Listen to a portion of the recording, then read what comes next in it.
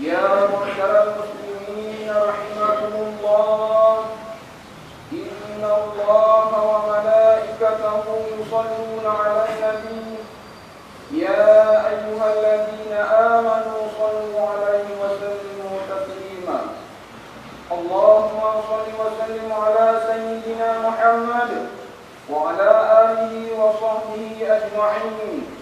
روي عن أبي هريرة رضي الله عنه قال رسول الله صلى الله عليه وسلم: إن يوم الجمعة سيد الأيام وعيد الفقراء والمساكين، الخطبتان بدل الركعتين من الظهر، فإذا صعد الخطيب على المنبر فلا يتكلم أحدكم، ومن يتكلم فقد لغى، ومن لغى فلا جمعة له. وأنصتوا واسمعوا وأطيعوا رحمكم الله.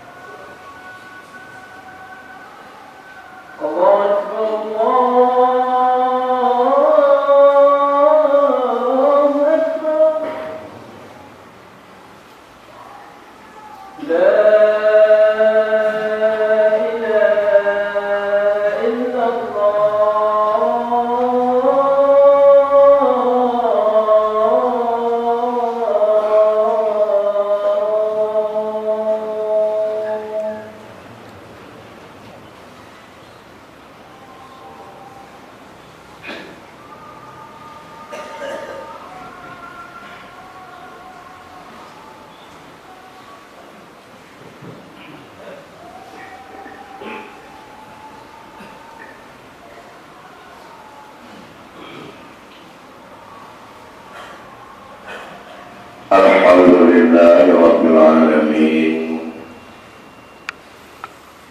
Wal 'aqibatu lil muttaqin. Wala 'udwana illa 'alal zalimin. Allahumma shalli wa sallim ala sayyidina Muhammadin sayyidil anbiya'i wal mursalin wa ala alihi wa ashabihi ajma'in, amma ba'd. Faya ibadallah, ittaqullaha haqqa tuqatih wa la tamutunna illa wa antum muslimun. A'udzu billahi minasy syaithanir rajim. Bismillahirrahmanirrahim. Ya ayyuhalladzina amanu kunu qawwamina lillah syuhada'a bil qist wa la yajrimannakum syana'anu qaumin ala alla ta'dilu ya'dilu wa aqrabu lit taqwa. Sadaqallahul azim. Segenap puji beserta syukur kita panjatkan kehadirat Allah Subhanahu wa Ta'ala. Selawat dan salam kehadiran junjungan Nabi Muhammad sallallahu alaihi wasallam, para keluarga dan sahabat kerabatnya sekalian. Jamaah Jumat hadirin yang dimuliakan Allah, mari senantiasa kita meningkatkan ketakwaan kepada Allah dengan melaksanakan segenap apa saja yang diperintahkan dan mendidik jiwa ini terhadap perintah Allah itu penuh semangat dengan jalan bersungguh-sungguh mengkaji di balik daripada perintah itu membawa manfaat kepada kita dan menjauhi segenap yang dilarangnya untuk menumbuhkan kekuatan jiwa juga agar kita temukan dengan hakul yakin apa yang diperintah dan apa yang dilarang oleh Allah. Di situ adalah menimbulkan bencana dan kemudaratan kepada kita dan manusia.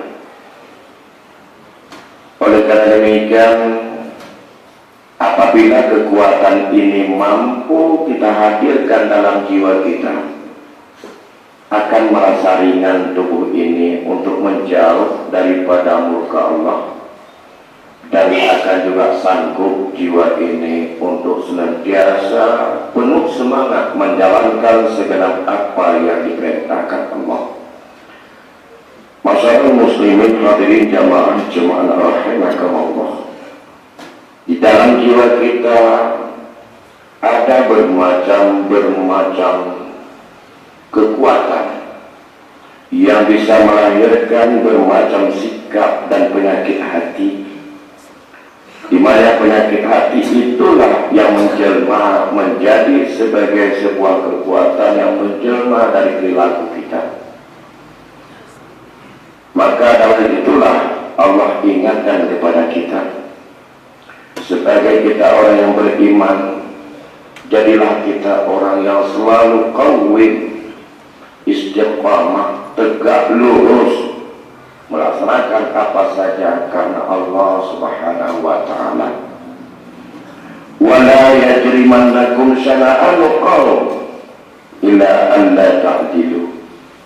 Jangan sekali-kali karena rasa kebencian, rasa ketidaksesuaian, rasa ketidakkekompakan dengan latar belakang apapun kepada sesuatu kelompok atau kaum, itu bisa untuk membawamu untuk tidak bisa kamu berlaku adil.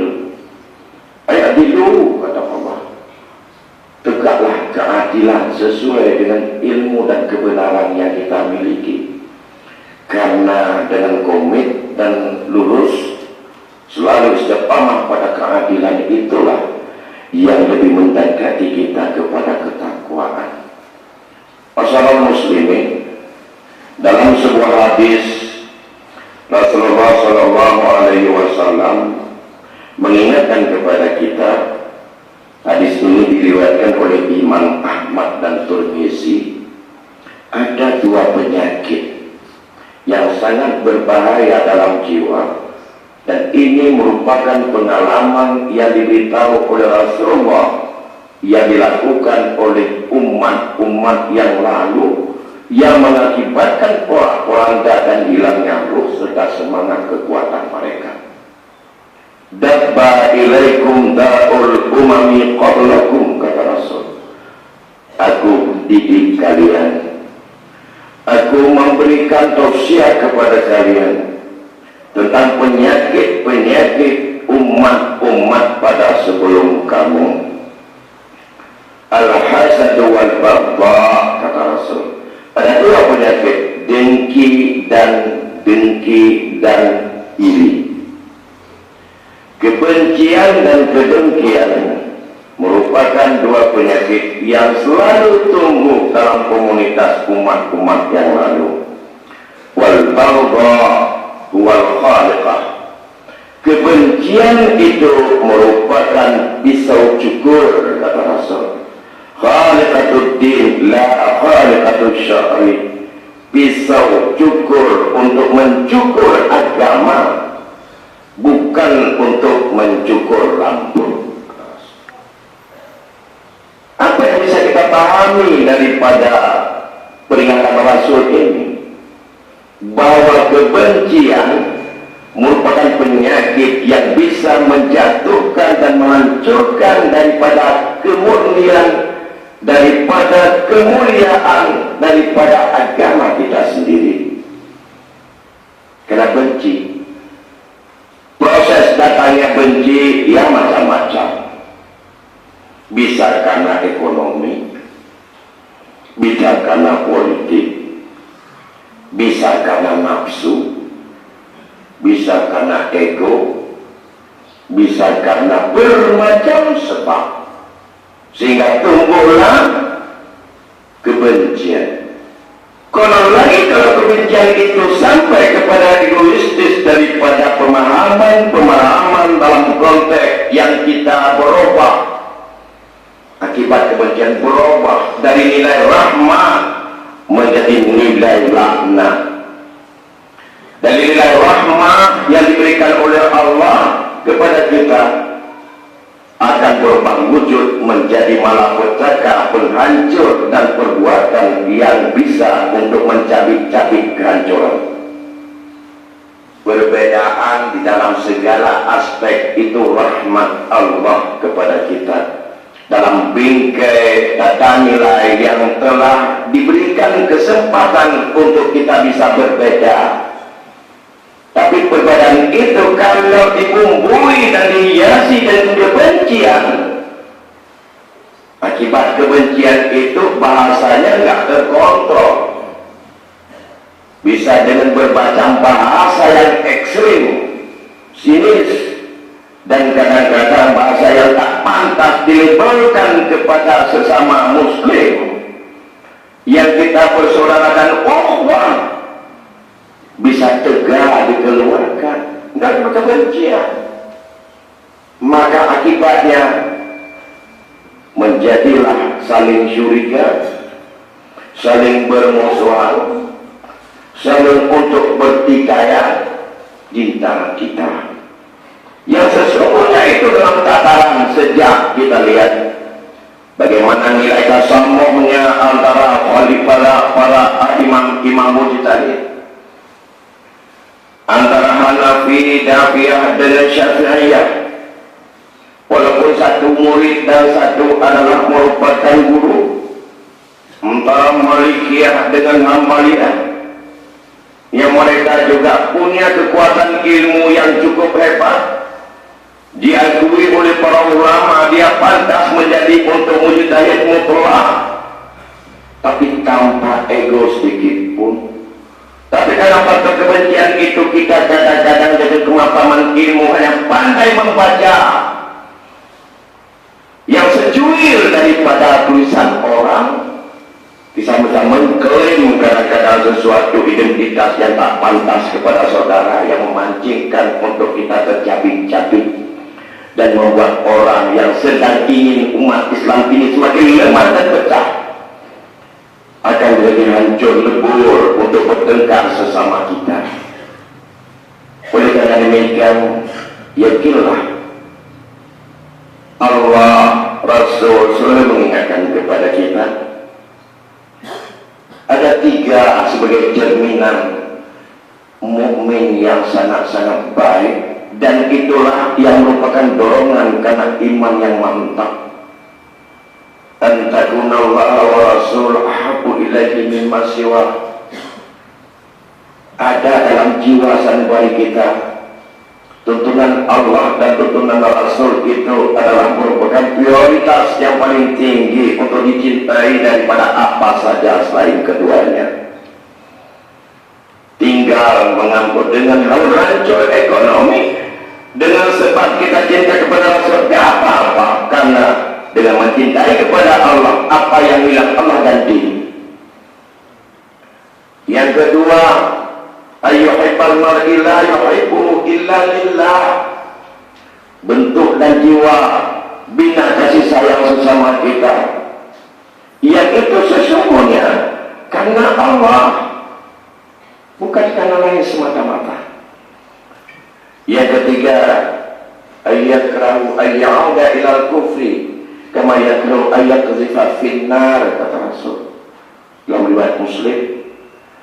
Dalam hati ini selalu benci terhadap kembali kepada perbuatan kufur, dan benci kepada kekafiran, benci kepada kemaksiatan, seperti perasaan dirinya benci kalau dia harus mencebur diri ke dalam api. Ada maksiatnya benci dia. Kalau benci iman kayaknya tau. Anak itu biar dah mati. Bahkan menolong ibadah kalian maksiat. Yang tanda iman hana udip. Sebab menjadi iman udip, nurnya mencahaya dalam jiwa. Ada tak maksiat hana pernah tenang jiwa, walaupun kau tak berbuat keras. Sesama muslim saudara tak tinggal di pokok maksiat sayang hingga hantu dekat. Ini yang diminta. Tantangan dahsyat terus berkembang tanpa ada sebuah kebersamaan daripada umat menyikapi terhadap tantangan global. Maka umat ini akan sampai apa yang diingatkan oleh Rasul, diperbuat kita seperti sehidang makanan ampuh yang orang-orang berkerumun dan berebutan ingin untuk mencicipinya sesuai menurut keinginannya. Kita melihat makanan ampuh yang banyak orang sedang untuk ingin menggerbukinya. Itu diumpamakan oleh Rasulullah, bilang banyak kita seperti banyak buih dan gelombang serta ombak yang ada di pinggir laut yang tidak ada berkekuatan apapun. Dalam sebuah hadis sudah sampai apa yang diingatkan oleh Rasul kepada kita. Tantangan akhir zaman sebagai tanda kehancuran dan akan kiamat minimal ada 3. Anna min asyrafis sa'ah, dalam riwayat Bukhari Muslim, ayyurfa'al ilmu wa yadharul jahla. Allah akan mengangkat ilmu agama ini, pengetahuan tentang keislaman ini, pengetahuan tentang kemaksiatan, pemahaman tentang kebaikan, wa yadharul jahla. Yang nampak kalau ilmu dah diangkat, yang nampak adalah kejahilan. Di tengah-tengah orang yang tahu kejahilan, di tengah-tengah masyarakat yang tahu pengetahuan, di tengah-tengah masyarakat yang tahu salat wajib, nampak seperti orang gak tahu bahwa salat itu wajib. Itu tanda kiamat. Di tengah-tengah tanda bahwa umat tahu riba haram, umat marah semuanya praktek riba. Di tengah-tengah marah orang bahwa semua tahu dosa besar dalam zina, mereka yang nampak mereka perilaku terhadap perbuatan mengarah kepada zina. Paling-paling sanggup untuk dirinya menikati apatis terhadap apa saja yang ada di sampingnya. Maka ilmu kagak angkat dalam jiwa, tinggal ilmu bak-bak dengan bak takut. Anak ni kena nyan jahil yang tu dalam praktek. Ada tahu lama begit jahil yang tu. Jahil udah kena hukum li bapa sembahyang wajib, udah kena hukum li hidup aurat wajib, udah kena hukum li tentang bawa riba hajud, udah kena hukum li bawa zina nyengkon, ada hukum li bermacam-macam put ada mana hukum li. Padahal mulanya juga mampu menyelesaikan tak kuat kena bapa. Kena yang mampu. Dia demi kata-kata ya Allah. Inilah jahil yang modern.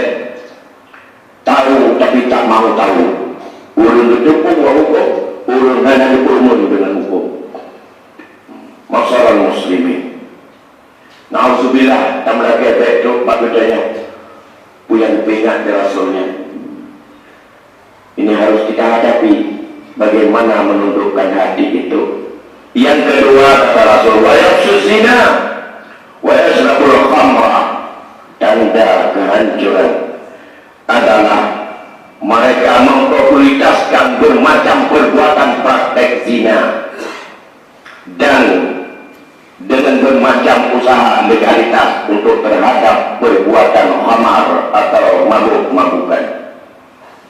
Usaha perzinaan tidak hanya laki-laki dengan perempuan di luar nikah, tapi zina termasuk perbuatan manusia dan binatang.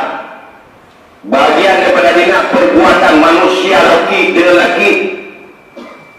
Zina juga perbuatan perempuan dengan perempuan. Penyimpangan itu yang binatang pun yang Allah berikan insting dan tanpa akal tak pernah dilakukan. Yang lebih jahil manusia daripada binatang hari ini sejenis boleh kawin. Ingat kehancuran Allah yang telah diberikan kepada kaum Nabi Lut dulu. Jangan pandang remeh hal ini. Para pembesar-besar mulai kita lihat untuk mencari celah untuk melegalkan perbuatan terkutuk laknatillah itu yang sudah merembas ke negara kita. Dan mustahil kalau semawai. Maka jangan anggap itu remeh kalau saudara-saudara melihat dengan malam sudah ada indikasi penyakit Nabi Lut itu sudah ada di Lut semawai itu. Pandanglah itu adalah kutuk Allah. Baik-baik ke balik dunia Lut semawai ya Allah. Balik di bila yang mendengar. Balik di. Balik bala. Tengok perempuan. Dan hari ini sedang dilegalkan dan selesai masalah legalitas itu. Na'udzubillah. Nama macam-macam disebut lebih jelek daripada binatang. Binatang saja tidak pernah untuk lakukan hal yang sejenis. Karena itu agam. Masalah muslimin jamaah rahimahumullah. Ini bagian berazina. Legalitas zina, segala mukaddimah zina kita pandang hari ini hal yang biasa. Tidak sebagai merupakan itu adalah perbuatan yang memang itu berakhir dengan sesuatu malapetaka. Bukankah Rasul sudah mengingatkan? Apabila perbuatan keji itu sudah dilakukan, wa ya'maluna bil 'alaniyah, dan sudah mulai dilakukan berani dengan keterbukaan, maka Allah akan melaknat kaum itu dengan diberikan penyakit taun dan penyakit lapar yang belum pernah dirasakan oleh umat sebelumnya. Penyakit taun adalah penyakit mematikan tanpa obat. Dan apa yang kita kenal hari ini dengan AIDS dan HIV itu dampak daripada legalitas perbuatan laknatillah itu. Kita nggak sadar membuat preventif dengan bermacam aturan gak mapan. Kalau manusia tidak dijaga hatinya dengan beragama, semua punya agama. Mentauhid yang mapan. Polisi tak sanggup, tidak bisa menjaga setiap orang satu orang kalau tidak dibantu dijaga dengan akidah dan tauhidnya. Hari ini pagar itu rentuh dan jatuh semua. Kalau ini kita sadari, mari kita untuk melakukan saf yang enak, saf yang kuat. Belum dengan bermacam provokatif yang ingin untuk mengobok-obok umat Islam sampai kepada masalah ketauhidan. Tujuannya wallahu alam tahapa. Kejar daripada al-qiyadah Islamiyah. Lari dia, ganti baju, lahirnya Komar. Kejar Komar, lahirnya Gavatar. Kejar Gavatar, sudah ada indikasi hari ini sedang pakai baju baru lagi. Waspadailah. Oleh karena demikian, karena banyak sekali yang sedang diperebutkan atas nama Islam untuk menghancurkan Islam, maka kita harus sesama Islam jaga saf yang baik. Ya, banyak sekali yang sedang digurubuti seperti sidang makanan enak menurut tujuannya masing-masing yang sedang dia ambil. Kalau ini tahu, maka kuatkan sesama kita, kuatkan anak kita, bahwa itu tantangan, bukan sebuah nikmat kemajuan, tapi itu adalah racun kehidupan yang menjadi nanti kita malah petaka yang akan kita tinggalkan. Yang terakhir kata Rasul yang ketiga, tanda kebinasaan, wa yazhabur rijal wa tabaqan nisa. Banyak kehilangan para laki dan tinggallah wanita. Kehilangan laki-laki bukan secara fisik yang sudah terjadi, tapi secara fungsi. Banyak kita laki-laki sudah hilang fungsi kita. Laki-laki sebagai pemimpin dalam rumah tangga hari ini angkat tangan, tak sanggup memimpin anak dan istri. Tak sanggup kita untuk mengurus anak diri sendiri, bahkan susah mengurus istri sendiri. Akibatnya kelemahan macam fungsi itu.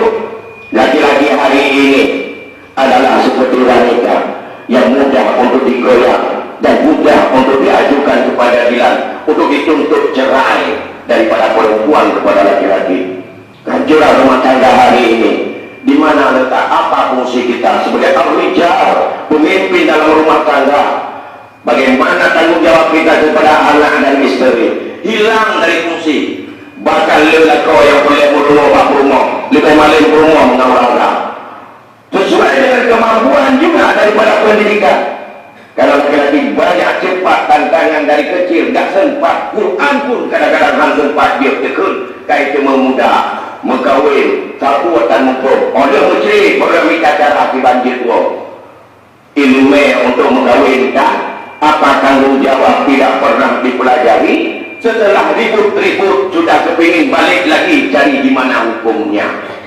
Masyarakat muslimin, ini makna secara hakiki, maknawi, bukan makna secara makrisi, bahwa Allah pindahkan, Allah angkat laki-laki, tinggal perempuan. Jangan kita laki-laki, fungsi laki-lakinya dalam kepemimpinan di rumah tangga, jangan serahkan kepada perempuan. Tapi apabila ini diserahkan dari ilmu pengetahuan, keterampilan, keriwayat, juga sampai dengan mencari nafkah, itu harus sebagai tanggung jawab laki-laki. Kalau tanggung jawab dan itu diminta oleh Allah, nanti tak susah. Masyarakat muslimin, hadirin jamaah Jumat rahimakumullah, itulah peringatan Rasul sebagai tantangan akhir zaman, yang itu sudah hampir kita rasakan, walaupun belum betul-betul kita rasakan. Tapi perlu kita waspadai. Mari kita menyusun barisan yang baik. Mari kita merapat kepada majelis taklim dan majelis zikir, supaya kita bisa menyatu hati, jauh daripada rasa hasad dan marah, jauh daripada dengki dan benci, sehingga kita dengan bersama-sama akan cerah dan melihat betapa tantangan yang ada untuk kita hadapi bersama, dan kita akan senantiasa menjadi hamba yang selalu dimuliakan oleh Allah, dan bantuan Allah juga akan diberikan kepada kita. Amin ya rabbal alamin. Alhamdulillahi rabbil alamin. وبه نستعين على أمور الدنيا والدين. أشهد أن لا إله إلا الله وحده لا شريك له الملك الحق المبين، وأشهد أن سيدنا ونبينا محمدا عبده ورسوله الصادق الوعد الأمين. اللهم صل وسلم على سيدنا محمد سيد الأنبياء والمرسلين وعلى آله وأصحابه أجمعين. أما بعد فيا عباد الله اتقوا الله حق تقاته ولا تموتن إلا وأنتم مسلمون. أعوذ بالله من الشيطان الرجيم. بسم الله الرحمن الرحيم. يا أيها الذين آمنوا كونوا قوامين لله شهداء بالقسط ولا يجرمنكم شنآن قوم على ألا تعدلوا اعدلوا وأقرب للتقوى. صدق الله العظيم. بارك الله لي ولكم في القرآن الكريم ونفعني وإياكم بما فيه من الآيات والذكر الحكيم وتقبل مني ومنكم تلاوته إنه هو الغفور الرحيم.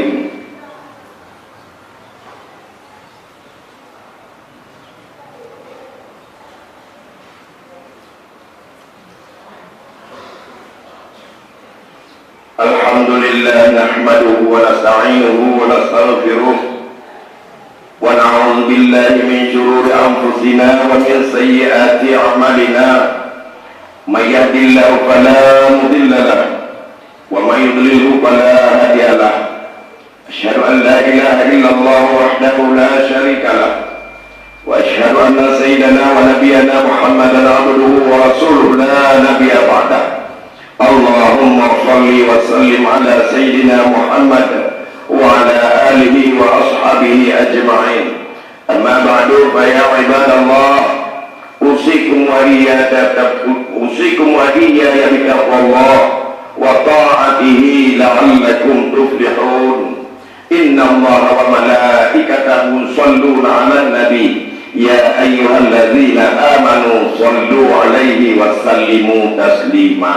اللهم اغفر لنا وللمسلمين والمسلمات والمؤمنين والمؤمنات الأحياء منهم والأموات ويا قاضي الحاجات ربنا هب لنا من أزواجنا وذريتنا قرة أعين واجعلنا للمتقين إماما. ربنا آتنا في الدنيا حسنة وفي الآخرة حسنة وقنا عذاب النار. عباد الله ولذكر الله أكبر.